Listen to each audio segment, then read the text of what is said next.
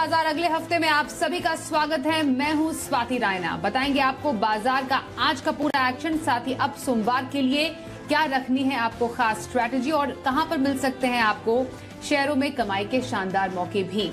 आप अपना सवाल हमसे पूछिए। व्हाट्सएप नंबर हमारा है 9582222266। साथ ही आप हमें सोशल मीडिया प्लेटफॉर्म्स पर सवाल भेजें। फेसबुक पर @जी बिजनेस ऑनलाइन और ट्विटर पर @जी बिजनेस अपने सवाल भेजें #बाजार आज और कल लिखकर।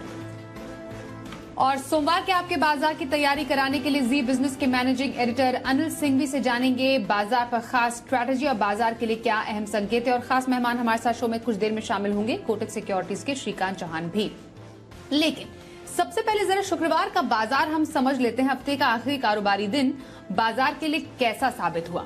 तो शुक्रवार को जो ग्लोबल संकेत थे वो खराब थे, जिसके बीच भारतीय शेयर बाजार गिरावट के साथ ही बंद हुए। सेंसेक्स पर नजर दौड़ाएं तो 450 अंकों से ज्यादा गिरावट के साथ 61,338 के लेवल पर बंद हुआ। तो वहीं निफ्टी 146 अंक आज फिसला। बैंक निफ्टी में हमने देखी करीब 350 अंकों की गिरावट।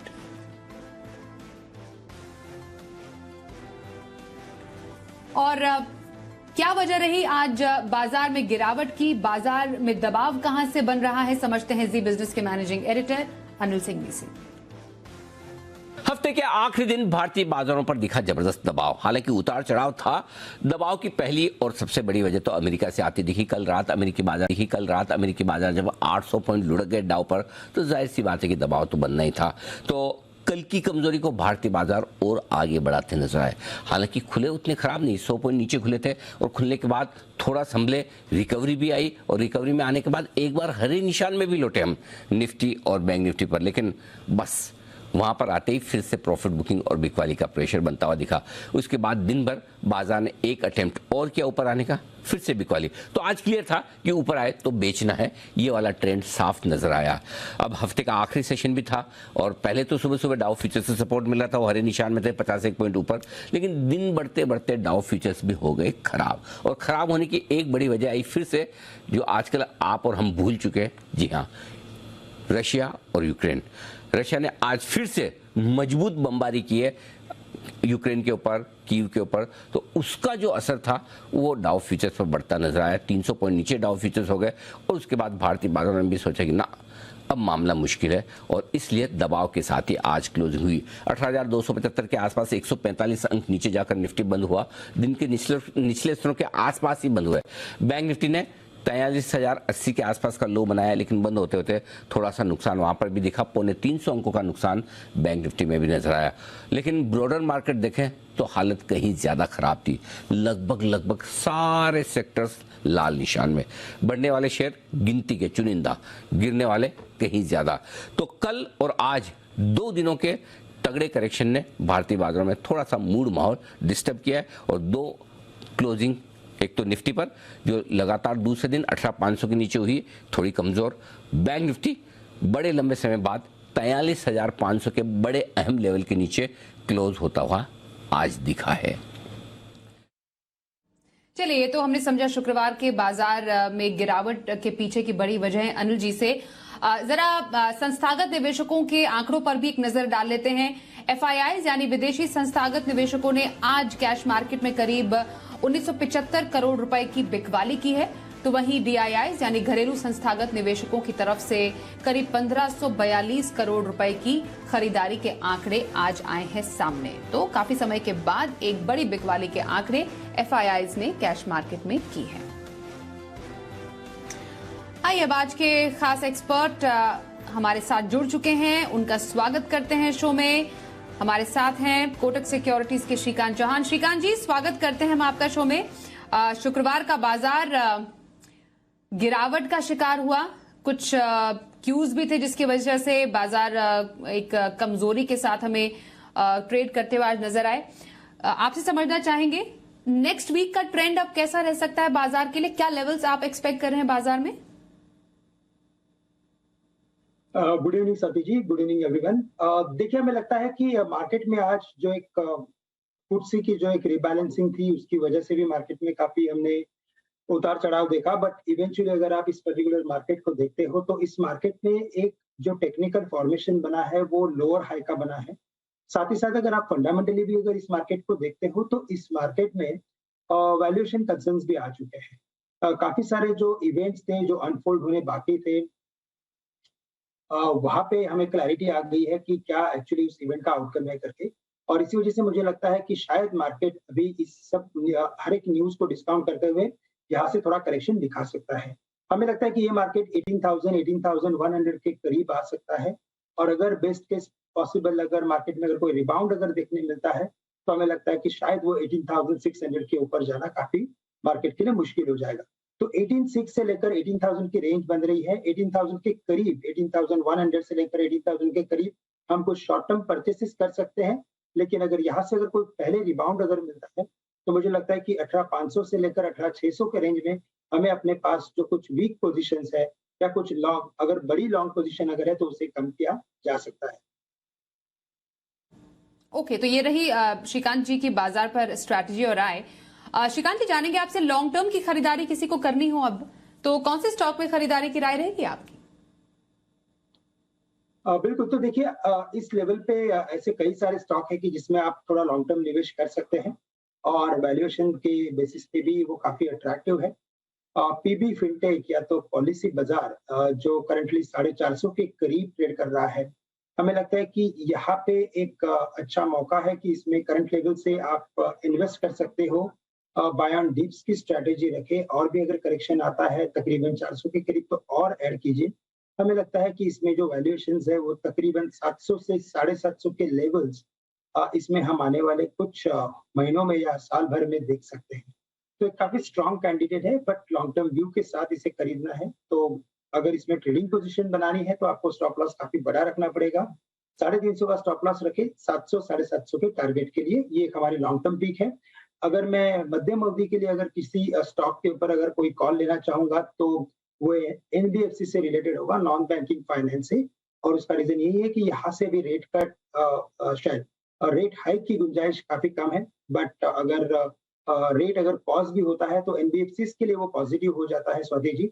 और इसीलिए हमें लगता है कि श्रीराम ट्रांसपोर्ट फाइनेंस ये एक ऐसी कंपनी है जिसे हम करंट लेवल से लॉन्ग करने की सलाह देंगे। 1370 1350 के करीब ये ट्रेड कर रहा है। अगर इसमें ट्रेडिंग पोजीशन बनानी है तो 1300 का स्टॉप लॉस रखें। अगर इसमें पोजिशनल व्यू या इन्वेस्टमेंट अगर करना है तो बिल्कुल इसे खरीद के रखें। लेकिन हमें लगता है कि ये स्टॉक 1500 से लेकर 1550 के लेवल्स आने वाले कुछ महीनों में ये दिखा सकता है, तो मध्यम या कुछ हफ्तों में दिखा सकता है। तो मध्यम अवधि के नजरिए से श्रीराम ट्रांसपोर्ट फाइनेंस को लॉन्ग किया जा सकता है।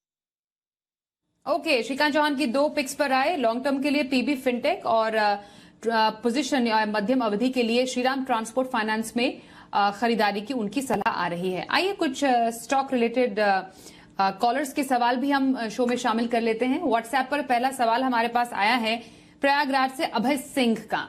अभय जी के पास विप्रो है, 540 शेयर है, 400 इनकी खरीद है इस पर। ग्लोबल क्यूज कमजोर रहे हैं जिसके चलते हमने देखा आईटी शेयरों में चौतरफा गिरावट का माहौल ही रहा। विप्रो में अभय जी जानना चाह रहे हैं कि फिलहाल स्ट्रैटेजी रखे क्या, इन्हें कुछ 5500 का नुकसान अभी झेलना पड़ रहा है? बिल्कुल, तो देखिए हमें लेवल्स के करीब हमें लगता है कि ये स्टॉक भी एक बार शायद थोड़ा और प्रेशर में रहेगा।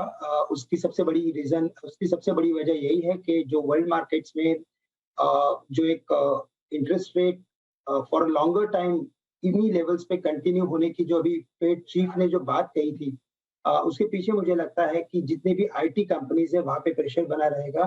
साथ ही साथ जो इनके Q3 के जो नंबर्स रहेंगे वो काफी इंपॉर्टेंट रहेंगे और अगर वहां पे अगर कोई डिसअपॉइंटमेंट अगर आता है तो उसमें और गिरावट बनेगी। पर अगर इन्हीं नंबर्स में अगर कोई अच्छा इजाफा या तो शायद एज पर एक्सपेक्टेशंस अगर नंबर आ जाते हैं तो इसमें एक रैली भी देखने मिलेगी।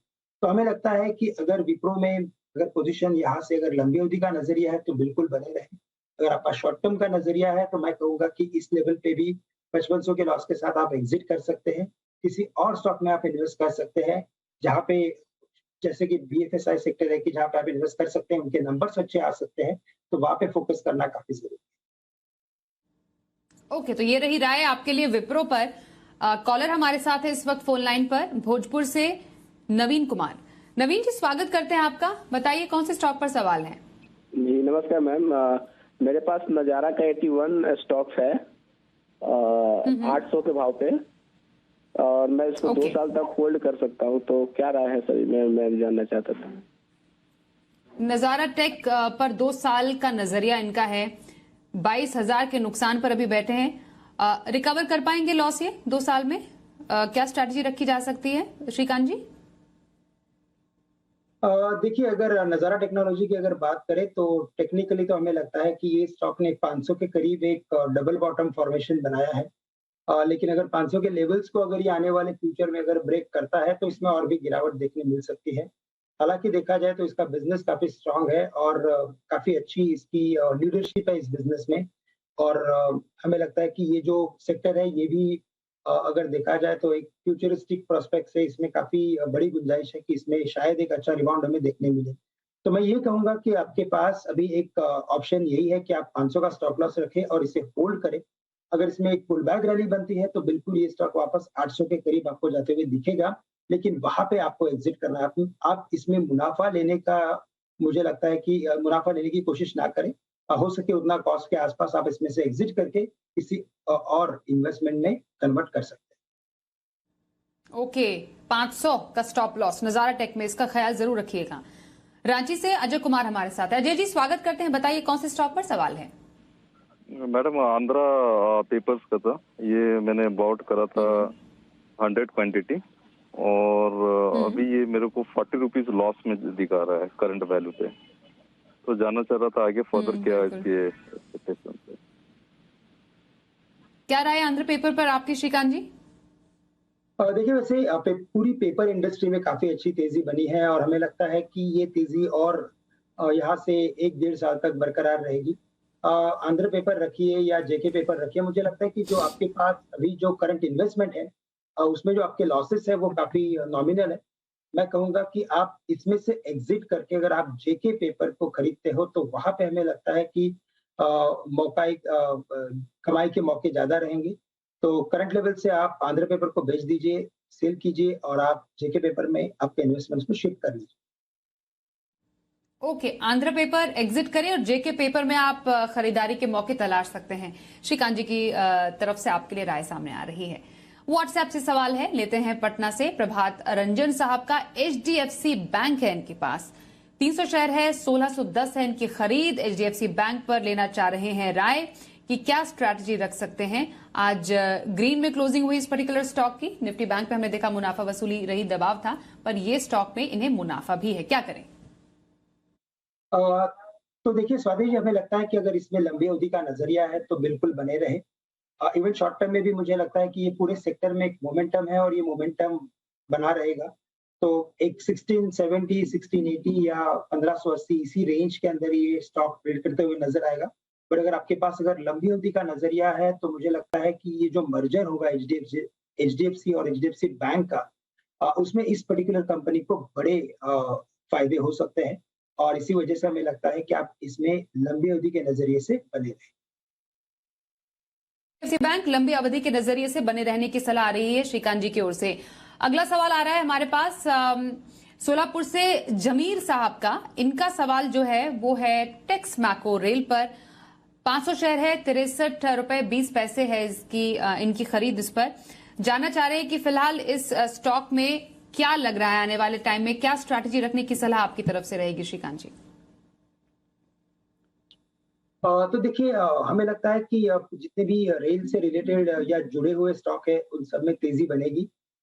इट विल टेक टाइम, थोड़ा वक्त और लगेगा, बट हमें लगता है कि ये ग्रेजुअली आने वाले कुछ महीनों में, 1 या 1.5 साल में शायद ये स्टॉक वापस 100 से 120 के लेवल्स के करीब जा सकता है। तो जो भी इन्वेस्टमेंट है उसमें बने रहे। टेक्स मैको रेल बने रहे, यही सलाह आ रही है आपके लिए श्रीकांत जी की।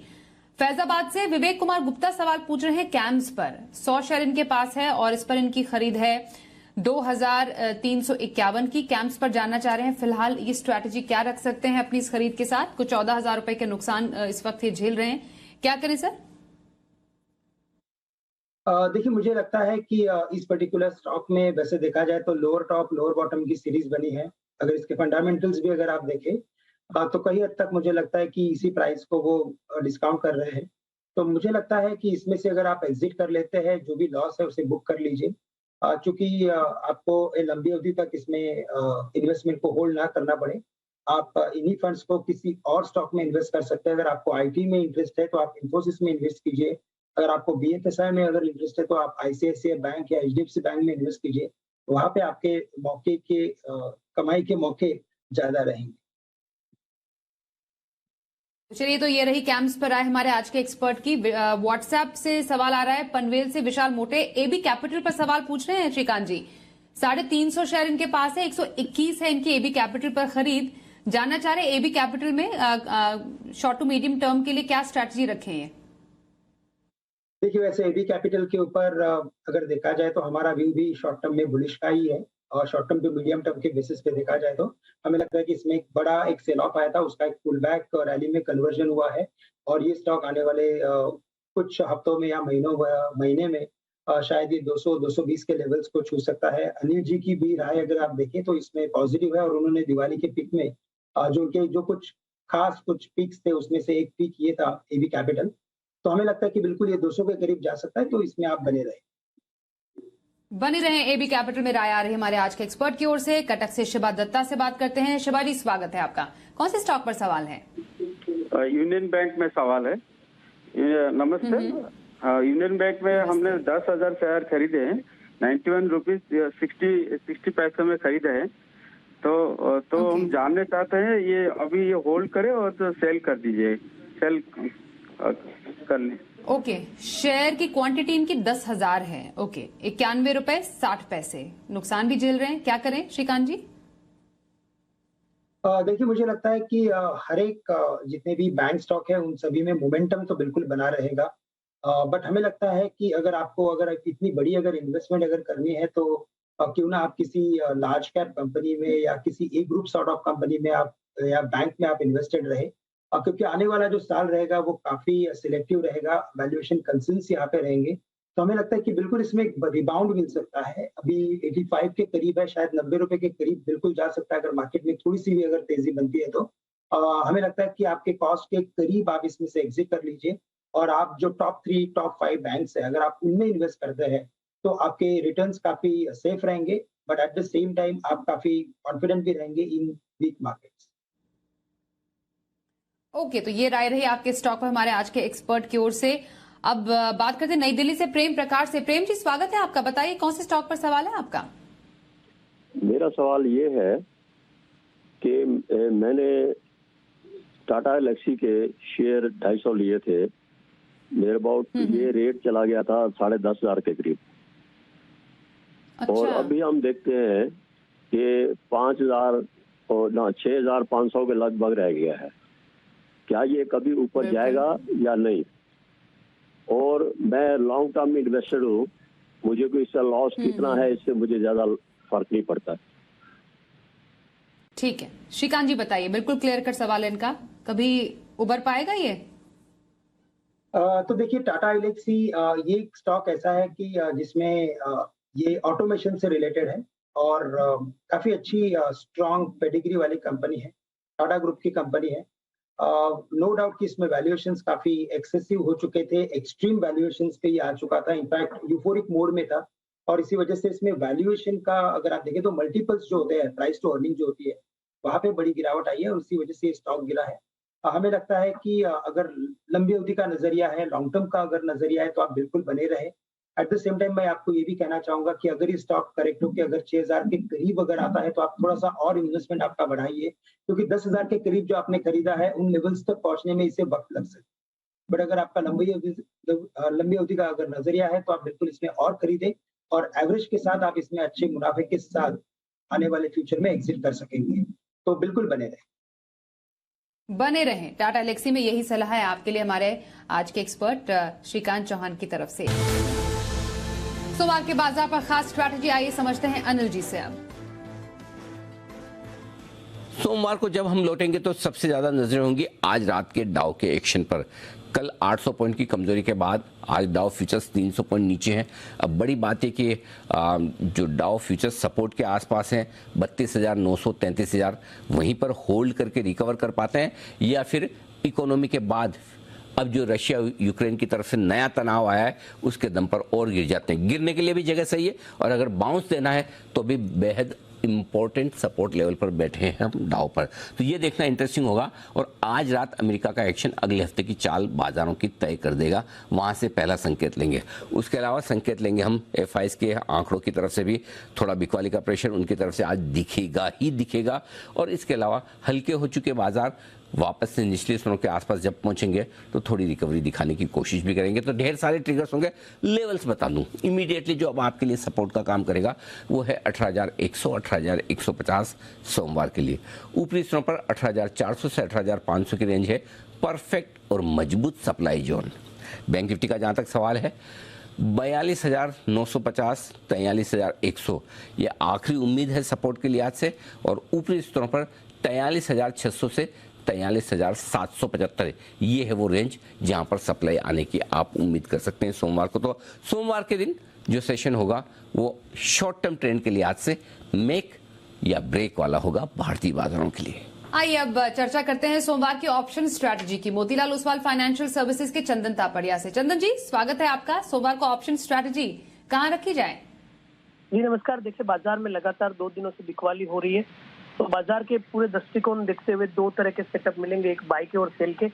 बाई की तरफ आप देखोगे फर्टिलाइजर शुगर रिलेटेड कंपनीज में बाइंग है। यहाँ पे बलरामपुर चीनी पे हम खरीदारी की सलाह देंगे।